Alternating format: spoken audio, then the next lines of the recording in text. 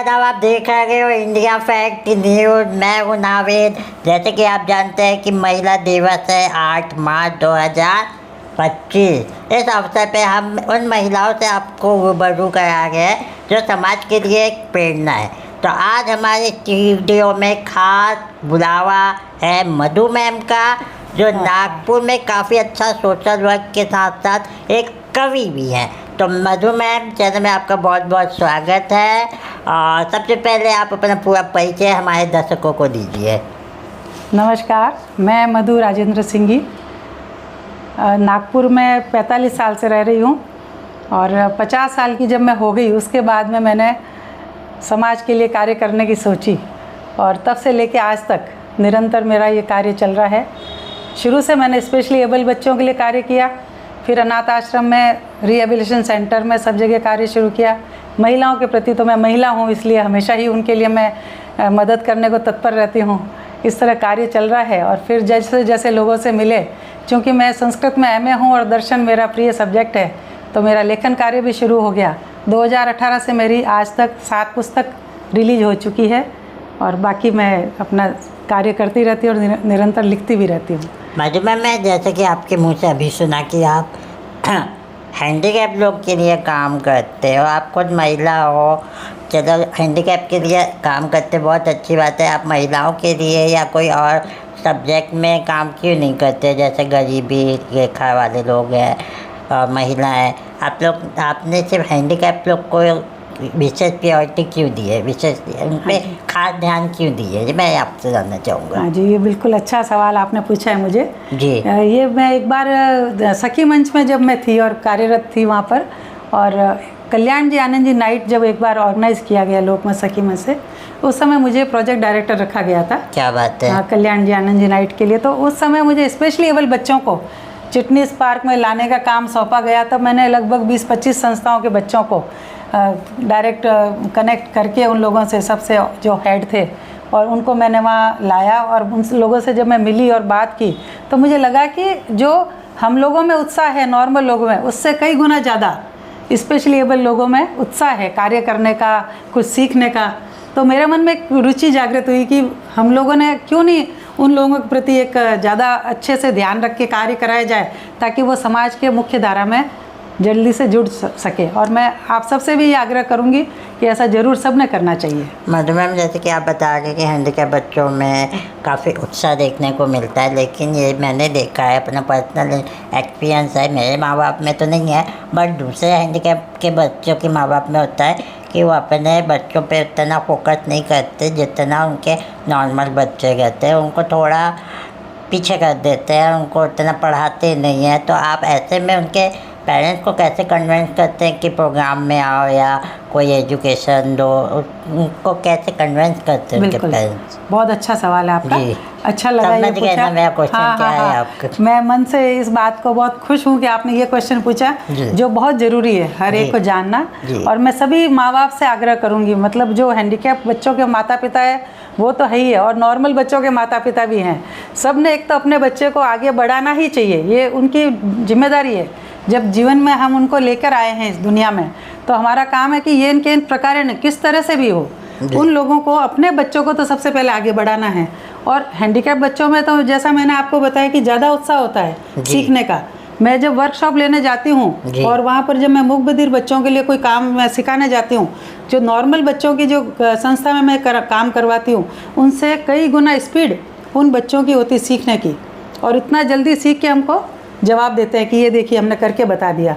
तो माँ बाप से भी ये विनती है मेरी कि जिनके भी बच्चे हैंडीकैप्ड हैं, और मैं आजकल देख रही हूँ कई माँ बाप करते भी हैं बहुत स्पेशली, कई लोग नहीं कर पाते, लेकिन उन लोगों को संदेश ये देती हूँ कि मैं ये ज़रूर आप लोगों ने ध्यान रखना चाहिए और उनको समाज की मुख्य धारा में एक नॉर्मल बच्चों की तरह जोड़ के कोई आपने अपना कार्य पूरा करना चाहिए।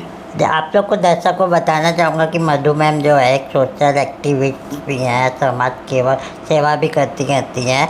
इनका एक काम ये भी है कि वो नकली हाथ पैर व्हील चेयर डिस्ट्रीब्यूशन से रिलेटेड काम भी किए। मैम, उसके बारे में शॉर्ट पे बताइए। व्हील चेयर वगैरह? यस। हाँ, मैंने कई, मतलब अब गिनती नहीं है कितनी व्हील चेयर दिया है, क्योंकि शुरू मैंने स्नेह आंगन मातृ सेवा संघ से ही किया था, तो पहले तो उनसे रिलेटेड ही मेरे पास लोग आते थे, तो उनको मैंने व्हील चेयर, ये कैलिपर्स और ये वॉकर्स और स्प्लिंट्स जो रात को उनको पहन के सोना होता है, इस तरह से जो उनको चीज़ें चाहिए थी तो वो हमेशा देती थी।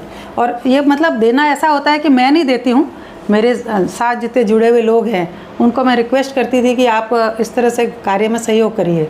तो एक बार मेरे कहने से हर कोई आके मेरे साथ में, मेरी किस्मत है ये कि समरूपण ने कभी आज तक किसी से पैसा नहीं मांगा। ये तो कैसा लगता है जब ऊपर वाले ने आपको इतना अच्छा मौका दिया है लोगों की सेवा करने का, तो आपको कैसे अंदर से कैसे फील आती है? मैं तो जो मैं फील करती हूँ ना वही मैं लोगों को महसूस करवाती हूँ। किस तरह से? कैसे? कि मैं जो नीडी व्यक्ति है उसको डोनर को डायरेक्ट जोड़ती हूँ। क्या बात कभी है? मैं पैसा नहीं लेती हाथ में, और ना मेरे कोई मेंबर्स पैसा ले सकते हैं। तो मैं ये ज़रूर कहती हूँ कि किसी ने पैसा मांग लिया तो आप समझ लेना वो समरूपण का मेंबर नहीं है। अच्छा, मतलब वो आपको डायरेक्ट नीडी से कनेक्ट करवाएगा, और वो जो फीलिंग जो आप कह रहे हो ना, वो एहसास मेरे हर डोनर को होती है। और वो क्या उस दिन feel कहते है? हैं कि कुल मिला आज के- पहली बार फील हुआ है कि हमने कुछ ऐसा कार्य किया है किसी यानी का। कुल मिला के प्राउड फील होता है। प्राउड एक कह दे, या अंदर से एक खुशी का जो एहसास होता है ना, वो अनुभूति को हम मतलब बता नहीं सकते, एक्सप्रेस नहीं कर सकते। तो इससे मैं- सबसे ज़्यादा खुशी होती है इस बात की। तो मधु मैम, जैसे कि हम जानते हैं कि आप एक कवि भी हैं, कविता भी लिखती हैं, संस्कृत की एमए है, तो सबसे पहले ये बताइए कि संस्कृत जैसा टफ सब्जेक्ट में आप एमए कैसे की? Yes. क्योंकि मैं आपको बताना चाहूँगा, मेरी जो चाची है रेशमा आदमी मुस्लिम है, हाँ। उनने भी एमए की हैं। हाँ जी, तो मुझे पता है वो इतना इजी सब्जेक्ट तो है नहीं। बिल्कुल बिल्कुल। तो आप कैसे संस्कृत जैसे सब्जेक्ट को बिल्कुल सेलेक्ट किए? ये ऐसा, इसकी भी एक बहुत बड़ी स्टोरी है। जी बिल्कुल, पर कि स्मॉल में बताइए। बिल्कुल शॉर्ट में बताती हूँ कि मेरी इच्छा थी कि किसी लिटरेचर में मुझे एमए करना है या फिर मुझे कोई डिग्री कोर्स करना है। ओके। लेकिन उस ज़माने में जब 73 की बात थी, एनरोलमेंट मेरा कॉलेज में हुआ, तो उस ज़माने में हमको साइंस वगैरह लेने का मौका नहीं पड़ा। तो आप जिस स्टार्टिंग जगह- से नागपुर में है कि आप नहीं, मैं शादी होके? नागपुर में तो आई हूँ 2080 से 1980 से, लेकिन उसके पहले हम लोग राजस्थान में रहते थे। ओके। जोधपुर, मैं जी। मूल रूप से जोधपुर राजस्थान की हूँ। जी। तो वहाँ पर कैसे लड़कियों को ज़्यादा बाहर दूर भेजना, बिल्कुल। पढ़ाना उस जमाने में नहीं होता था। अभी भी नहीं होता। तो थोड़ा फर्क था। जी। तो फिर पर हम लोगों की इच्छा थी, तो मेरी एक और फ्रेंड थी, जी। हम दोनों ने सोचा कि हमको कैसे ही करके किसी लिटरेचर में तो जाना ही चाहिए, डिग्री कोर्स भले ही ना कराए। बिल्कुल। तो एक संस्कृत दरबार संस्कृत कॉलेज था हमारे वहीं पास में। अच्छा। तो हम लोग पहले वहाँ गए और जी। हमने देखा कि यहाँ से संस्कृत ले लेंगे तो हमको आगे अच्छा हो जाएगा, बिल्कुल। क्योंकि इंग्लिश तो हमको पढ़ाई नहीं जाती थी वहाँ पे ज़्यादा, बिल्कुल। राजस्थान में माहौल ही नहीं था। जी। तो वही एक सब्जेक्ट हमको मिलता है, हिंदी तो हमारी मातृभाषा है, जी। जो हमको आती थी। हाँ। तो हमको लगा कि कोई नई लैंग्वेज सीखने का लैंग्वेज सीखना चाहिए। मौका हाँ। मिलेगा, एक कमांड होगा उसमें। तो ये वास्तव में आज तक हमारे बहुत काम भी आया।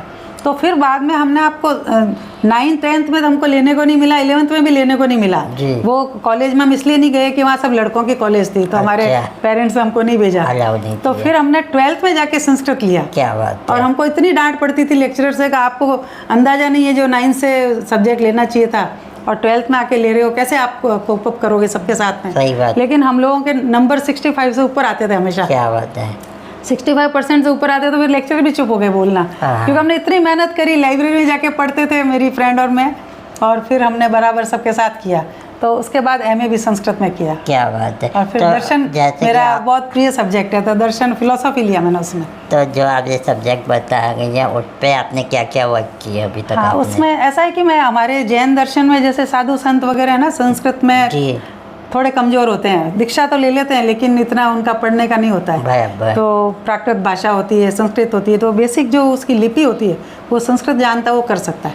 तो मैं कभी बहुत सारे साधु संतों को ऐसे पढ़ाती भी थी, क्या बात है। और मैं खुद पढ़ने भी जाती थी उनसे। तो इस चक्कर में मेरा जैन दर्शन में रुचि भी ज़्यादा बढ़ गई। तो मैम, जैसे कि जैन दर्शन में बहुत सारी अच्छी बातें दिया रहता है, तो आपने उसमें से कौन कौन सी अच्छी बातों को अपने अंदर समाहित की है? बिल्कुल बिल्कुल, बहुत अच्छा क्वेश्चन। और ये मैं अभी बहुत बड़ा प्रोजेक्ट करती हूँ जी। लगातार पिछले 2 साल से, अशुभ भावों से शुभ भावों की ओर यात्रा। अच्छा। और 2 साल पहले मैंने किताब भी लिखी है, जी। जैन दर्शन चिंतन जीवन साधना महावीर से आज तक। जी। तो वो मेरी काफ़ी लोगों को मतलब अच्छी लगी और वो पढ़ते जी। हैं। तो अभी उसमें कैसे बताया जाता है कि अपन जीवन जब शुरू हुआ है, हाँ। तो हम लोग बहुत सारे बैगेज लेके आ रहे हैं। हाँ। जो कर्म कह दो, चाहे कुछ भी कह दो आप लोग, हाँ। वो लेके चलते हैं, ये हमारे संस्कारों के साथ आ जाते हैं। बराबर। तो जब अब पैदा होते हैं तो जो हमारे मूल रूप से, किसी में क्रोध ज़्यादा है, किसी में अहंकार ज़्यादा है, किसी में लोभ लालच ज़्यादा है ना, किसी में चालाकी ज़्यादा है, तो ये मानव जब जीवन मिला है तो कोई भी धर्म का इंसान हो, संदेश ईश्वर का, भगवान का, चाहे प्रकृति का कह दो, कि हमको बैलेंस करना है, संतुलन लाना है हमारे जीवन में। और संतुलन कब आएगा?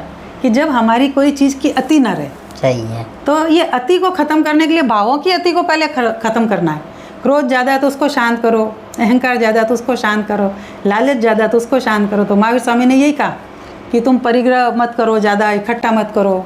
तो मैम जैसे आपके झूठ अंदर नहीं ज़्यादा बोलो। क्या है? क्रोध, स्नेह, प्रेम, क्या है आपके अंदर और ज़्यादा? मेरे अंदर मैं प्यार बहुत ज़्यादा, प्रेम बहुत ज़्यादा। भावुकता क्या मैं है? भावुक तो कम हूँ, लेकिन मैं प्रेम बहुत करती हूँ। क्या हर बात? इस प्रकृति के हर कण कण से मुझे प्रेम है, और इंसान के हर बच्चे से प्रेम है, और जानवर के बच्चे से भी प्रेम है। क्या बात है। तो मुझे जब कभी भी उनके ऊपर जब कुछ भी करना होता है तो मैं साधना भी करती हूँ, तो सबके लिए करती हूँ बराबर बराबर। मधु मैम, जैसे कि आप एक कवि हैं और भजन भी गाते हैं, भजन लिखते हैं, तो हमारे दर्शकों को एक दो लाइन भजन के भी बता ही देते हाँ, तो मैं एक दोहा बताऊंगी पहले आपको, बिल्कुल। कि जो मेरा मूल स्वभाव है, कर्मठ जी। रहना मुझे पसंद है, हर समय अनुशासन में रहना और कार्य करते रहना। जी। तो इसी कारण से मेरा कार्य आज तक लगातार चल रहा है, और मुझे ऐसे सहयोगी भी मिल जाते हैं। जी। तो कर्मठता की लेखनी रचती है इतिहास, कर्म स्वयं ही बोलता है, यही सुखद एहसास। क्या बात है, क्या बात है। तो मैम ये पूरा बेनिफिट आपको, मेरे को लगता है, संस्कृत सीखने और हिंदी के ज्ञान के कारण मिलता है। हाँ, एक भाषा का देखिए, जब आप में कमांड होता है और आप बुद्धिमान बनते हैं धीरे धीरे, जब आप भाषा ज़्यादा सीखते हैं ना, तो हम पढ़ते भी ज़्यादा जी। हैं। और जितना हम ज़्यादा पढ़ते हैं, पुस्तकों को पढ़ना चाहिए। हर व्यक्ति को ये एक स्वभाव होना चाहिए कि वो किताबों को पढ़े। जितनी किताबें पढ़ेगा उसमें ज़्यादा नॉलेज बढ़ेगा। मैम मैंने आपका प्रोफाइल भी पढ़ा था। हाँ जी। आपको बहुत सारे सम्मान भी मिल चुके हाँ, हैं। हाँ। तो सारे सम्मान पे तो चर्चा करना संभव नहीं है, पूरा दिन लग जाएगा। तो ऐसा सम्मान के बारे में बताइए जिसको मिलने के बाद आपको बहुत ज़्यादा ही प्रशंसा हुई हो, खुशी मिली हो। बिल्कुल। पहली बार तो मैं, जब मुझे मालूम ही नहीं था कि मैं समाज सेवा करती हूँ तो कोई ऐसे पुरस्कार मिलता है, और आज तक ईमानदारी से मैंने कभी किसी पुरस्कार के लिए किसी को कभी नहीं बोला है। नहीं, बोला भी नहीं कभी, और फॉर्म भी नहीं भरा आज तक। क्या बात। लेकिन फिर भी महानगर पालिका ने रिकॉग्नाइज किया 2013 में। तब मुझे एक मिला। तो पहली बार जब सम्मान मिलता है आपको कोई गवर्नमेंट से, हाँ, तो खुशी होती है नेचुरली। सही बात और दूसरा एक नागपुर हीरो के लिए मुझे चुना गया। अच्छा। क्योंकि हम लोग एग्जीबिशन लगाते थे, समाधान सहज जीवन यापन कला। तो आप जो कह रहे हैं ना, नीडी लोगों के लिए भी मैं काम उतना ही करती हूँ, गरीब महिलाओं के लिए भी और हैंडीकैप बच्चों, तो उनके हाथ से हस्त निर्मित चीज़ों को बनवा के और उनके सेल लगवाती, और फ्री में, स्टॉल 1 पैसा नहीं लेते थे। तो वो एग्जीबिशन में जब टाइम्स ऑफ इंडिया के पत्रकार वगैरह आए, उन्होंने देखा, तो मुझे नागपुर हीरो के लिए भी चयनित किया गया 2015 में। क्या बात है। फाइनल कैंडिडेट तक मैं थी, लेकिन जिज्ञासा जो मैंने उन्हीं को ब्लाइंड स्कूल खोलने में हेल्प की थी, वो और मैं दोनों स्टेज पे फाइनल पे साथ में थे। क्या बात है। तो मैंने कहा तुझे मिले चाहे मुझे मिले, एक ही बात है, क्योंकि काम हम दोनों ने मिलकर ही किया है। तो वो मेरे सम्मान मेरा ही था।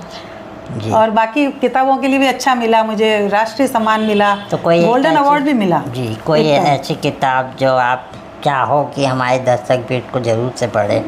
हाँ, आपकी कोई ऐसी देखिए, एक तो जो कविताओं की किताबें हैं वो तो पढ़ना ही चाहिए। मैं कभी अभी बेचती नहीं हूँ, मुझे कोई कह सकता है, मेरा कांटेक्ट नंबर जावेद भाई के पास है, ले सकता है। और मैं ज्ञान बांटना ही चाहती हूँ, मैं बेचना नहीं चाहती। तो किताब का नाम क्या है मैम? किताबों के नाम मैंने अपने नाम से ही शुरू किए हमेशा। तो पहली किताब है मधुकृति, दूसरी है मधु छंद, तीसरी है मधु श्रव्य, चौथी है मधु काव्य, फिर मधु सार, और फिर मधु कथ्य, और अभी जो हुई है रिलीज वो मधु कल्प। क्या बात है। और क्या बोलना चाहिए? अलग अलग विधा में है सभी। यस। और क्या बोलना चाहेंगे मैम जाते जाते हमारे दर्शकों को इस महिला दिवस के अवसर पर? जी बिल्कुल जावेद भाई, आपने बुलाया, पहले तो मैं आपका बहुत धन्यवाद करती हूँ। और दूसरा है कि सभी महिलाओं को अपना डे टू डे कार्य तो करना ही है, उसके अलावा हमको एक समाज के लिए भी कुछ ना कुछ समर्पण का भाव रखना बहुत ज़रूरी है। क्या बात है। और ये नहीं रखेंगे जब तक हम कहीं बीमारियों से घिरे रहेंगे। हमेशा अपनी जिम्मेदारियां पूरी होने के बाद, अक्सर मैंने महिलाओं को देखा है बिस्तर पकड़ लेती है 50 साल के बाद। जो ऐसा ना करें और बाहर निकलें और लोगों को आसपास देखें कि किसको क्या ज़रूरत है, और दिल से उनकी मदरहुड रख के, ममता के वश होके करें। जो काम करे वो ऐसा नहीं दिखाने के लिए ना करे, दिल से करे, और उनको अपने बच्चे समझ के करें। यही मेरी एक सबसे विनती है। तो आज समाज का उत्थान होगा, ज़रूर होगा। और जाति भेद, ये सब वर्ग भेद, ये सब फालतू की बातें हैं, उसमें कुछ नहीं रखा है। मानवता सबसे बड़ा धर्म है और हर इंसान ने मानव बन के रहना है। तो दोस्तों ये थी हमारे साथ मधु मैम, जिन्होंने बहुत अच्छी जानकारियाँ दी। इनसे मैं पहले भी मिल चुका हूँ कई इवेंट में, लेकिन आज रूबरू बात करने का मौका मिला इस महिला दिवस के अवसर पर। उम्मीद करते हैं आज आपको ये एपिसोड पसंद आया होगा तो हमारे चैनल को लाइक सब्सक्राइब करना ना भूलें। कमेंट में मैम के बारे में राय देना भी ना भूलें। फिलहाल हम दोनों को दीजिए इजाज़त। धन्यवाद।